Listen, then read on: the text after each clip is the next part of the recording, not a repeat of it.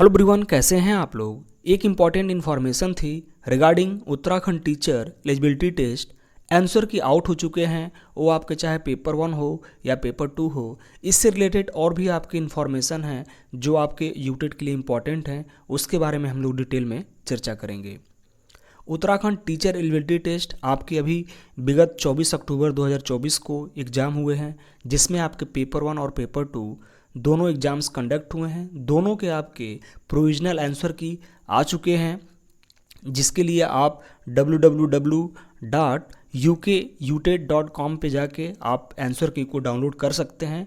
वैसे मैं जो है अपने डिस्क्रिप्शन में इसका जो PDF है मैं उसको डाल दूंगा, आप लोग वहाँ से भी अपने जो भी आपका सेट होगा उससे आप जाके देख सकते हैं।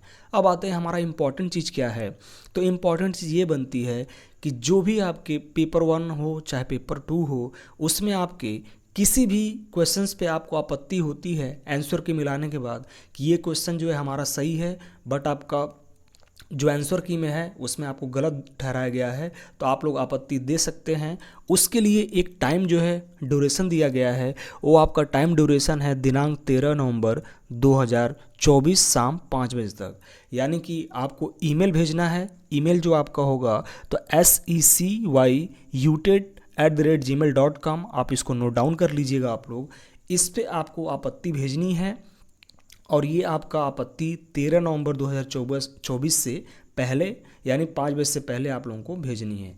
अब आपत्ति आप कैसे भेजेंगे, क्या आपकी पृष्ठभूमि होगी, क्या आपके क्राइटेरिया होंगे, उसके बारे में हम लोग डिटेल में चर्चा करेंगे। आइए यहाँ पे देखते हैं। तो आपके उत्तराखंड यूटेट के चाहे वो आपके पेपर 1 हो या पेपर 2 हो, उसमें आपको ये एक PDF है जिसमें आप डिस्क्रिप्शन में रहेगा, आप उसको डाउनलोड कर लीजिएगा। इसको आपको निकालना है, यानी कि आपको प्रिंट आउट कर लेने हैं। प्रिंट आउट करने के बाद आपको जो है हस्तलिखित तरीके से आपको विवरण खुद भरने हैं, जिसमें कि आपका पहले क्या होगा, पहले में फर्स्ट में परीक्षा का नाम होगा। तो परीक्षा का नाम में आपका जैसे मान लीजिए आपका पेपर 1 है तो आप लोग लिखेंगे यूटेट पेपर 1 डायरेक्ट, और पेपर 2 होगा तो यूटेट पेपर 2 होगा। ये आप ये लिख सकते हैं उत्तराखंड टीचर एलिजिबिलिटी टेस्ट प्रथम, उत्तराखंड टीचर एलिजिबिलिटी टेस्ट द्वितीय। परीक्षा का तिथि आपका वही 24 अक्टूबर 2024 होगा। और तीसरे में आपका होगा अभ्यर्थी का अनुक्रमांक, आपका अनुक्रमांक लिखना होगा, रोल नंबर लिखने होंगे, आपका नाम होगा और अभ्यर्थी का पत्र व्यवहार का पता, यानी कि जो आपका एड्रेस होगा, परमानेंट एड्रेस है जहाँ से आप हैं, उसका आप अपना पता लिखेंगे। और 6ठे नंबर पे आपका होगा प्रश्न पत्र का विवरण, जिस पे आपको आपत्ति करनी है। अब इसको आपको इम्पोर्टेंट से ध्यान से समझिए। सबसे पहले तो आपको पहले जो आपका कॉलम होगा इसमें आपको भरना है कि आपका कौन सा सेट है। सेट ए है, बी है, सी है, डी है, यानी कि आपको 4 सेट में जो है आपको क्वेश्चन पेपर मिले हुए थे। तो उसमें से आप अपना देख लीजिएगा कि आपका कौन सा सेट है, उसका सेट का नाम यहाँ पे लिखना है। अगर ए होगा तो ए लिखना होगा, बी होगा तो बी लिखना होगा। और आपका विषय, यानी कि आप CDP में आपको प्रॉब्लम है या CDP के क्वेश्चन है या हिंदी के हैं या आपके इंग्लिश या संस्कृत के हैं या और भी जो आपके अदर लैंग्वेज है उसके हैं, या आपके EBS के हैं या मैथमेटिक्स के हैं पेपर 1 में, या पेपर 2 में आपके SST के हों, या चाहे आपके साइंस या मैथमेटिक्स के हैं, यानी कि जो भी आपका सेक्शन का होगा तो उसका यहाँ पे आपको विषय लिखने हैं। तीसरे में आपको लिखने हैं प्रश्न संख्या जिसके उत्तर पर आपकी आपत्ति है, यानी कि जो प्रश्न का जो संख्या होगा, यानी मान लीजिए 62 नंबर है, 63 नंबर है, तो वहाँ पे आपको प्रश्न का संख्या लिखने होंगे। ठीक है। फिर परिषदीय द्वारा जारी उत्तर, यानी कि जो ये आपके जो अभी साइट पे जो उत्तर दिया हुआ है उसमें आपको उत्तर क्या दिया हुआ है। ठीक है। यानी जैसे मान लीजिए कि इसमें आपका उत्तर दिया हुआ ए ऑप्शन सही है, और अभ्यर्थी का उत्तर यानी आप क्या कह रहे हैं कि नहीं मेरा उत्तर आपका सी सही है, यानी ये आपका लिखना होगा। लास्ट में आपका है इसमें कि आपको संदर्भ देना है। संदर्भ आप समझ रहे हैं, यानी कि आपको उस जो भी आपका संदर्भ होगा कि कहाँ पे आपने देखा होगा कि हाँ इसमें ये चीज़ें यहाँ पे ऑप्शन नंबर सी का जो आप आ रहा है उत्तर आ रहा है वो आपका सही है, तो यहाँ पे आपको संदर्भ भी देना है। बिना संदर्भ के आप चीज़ें नहीं दे सकते हैं, ये आप ध्यान दीजिएगा। ठीक है ना। अब आते हैं, ये आप इसको विवरण आपको पूरा भरने होंगे, इसको ध्यान से आपको करने हैं। इसमें दिया हुआ है कि अपने प्रतावेदन आपत्ति की पुष्टि हेतु संदर्भ साहित्य के प्रति भी अनिवार्यता संलग्न करें। यानी कि जिसमें आप संदर्भ दे रहे हैं कि नहीं इस चीज़ में आपको ये बताया गया है कि हाँ ये ऑप्शन नंबर जो सी है आपका सही हो रहा है, तो उसका आपको प्रिंट आउट भी लेना पड़ेगा। यानी जो भी आपके किताब होंगे तो आप उसको स्कैन करके इसके साथ आपको संलग्न करने हैं, ठीक है ना।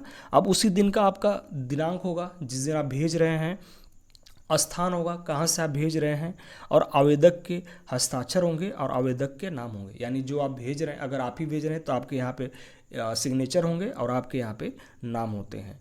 अब यहाँ पे चीज़ें हैं, अगर आपको ये चीज़ें आपको पूरे डिटेल में समझने हैं, करने हैं। अब यहाँ पे ध्यान दीजिए नोट में क्या लिखा हुआ है कि एक प्रपत्र में केवल एक ही प्रश्न पत्र उत्तर का आपत्ति अंकित करें। यानी जैसे मान लीजिए ये जो आपका PDF है इसमें केवल एक ही आपको उत्तर लिखना है। ये नहीं कि आपको मान लीजिए कि 3 क्वेश्चन आपको दिक्कत होते हैं कि 3 क्वेश्चन आपके जो है जो उत्तर कुंजी उसमें गलत ठहराएगा, लेकिन मेरे हिसाब से ये चीज़ें ये ऑप्शन सही होंगे। तो आपको अलग अलग जो है ऐसे ही प्रिंट आउट करने पड़ेंगे। अगर आप 2 क्वेश्चन के लिए कर रहे हैं तो 2 क्वेश्चन का ऐसे प्रपत्र आपका भरा जाएगा। 3 क्वेश्चन कर रहे हैं तो 3 क्वेश्चन का, यानी 1 क्वेश्चन के लिए ही आपका ये जो है प्रपत्र रहेंगे। अब इसमें आपको ध्यान देना है कि आपको ईमेल करने हैं secuyutet@gmail.com पे आपको प्रेषित करने हैं।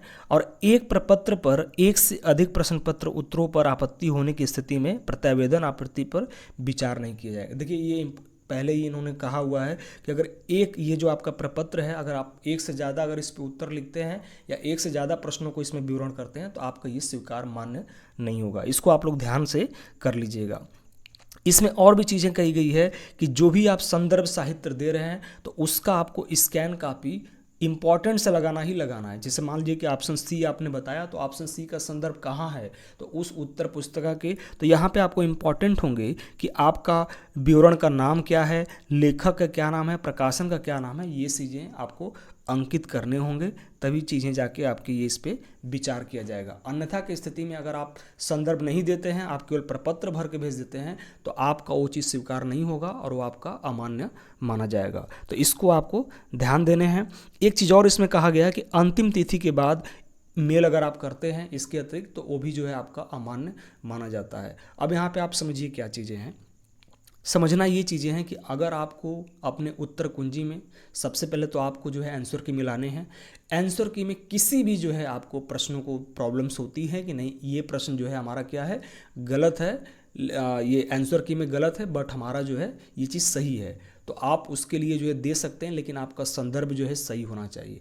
और दूसरी चीज़ें ये कि संदर्भ अगर आपका बेहतर होता है तभी जाकर वहाँ पे जो आपके यूटेट जो हमारा एग्जामिनेशन बोर्ड है वो आपका स्वीकार करेगा और वो आपका 1 नंबर बढ़ाएगा। एक चीज़ और आपके लिए फ़ायदा इसमें होगा कि अगर कोई भी बच्चा कोई आपत्ति देता है तो उनका जो है अगर ये आपका करेक्ट होता है संदर्भ के साथ तो सभी बच्चों को नंबर मिलेगा, ये इंपॉर्टेंट है। तो किसी को लगता है कि नहीं ये चीज़ें प्रश्न तो एकदम गलत है तो आप लोग ज़रूर दे सकते हैं। और एक चीज़ और इम्पॉर्टेंट है कि इसमें सीटेट की तरह आपको पैसे नहीं लिए जा रहे हैं, आपको ये फ्री ऑफ कॉस्ट है, आप लोगों को कुछ नहीं करने हैं, एक इसका प्रिंट आउट निकालना है, आपको विवरण भरने और उसका संदर्भ देना है। संदर्भ इंपॉर्टेंट है, ये चीज़ें आपको ध्यान देना है। और आपका जो लास्ट डेट है ये आपका 13 नवंबर 2024 है, 5 बजे से पहले, ठीक है ना।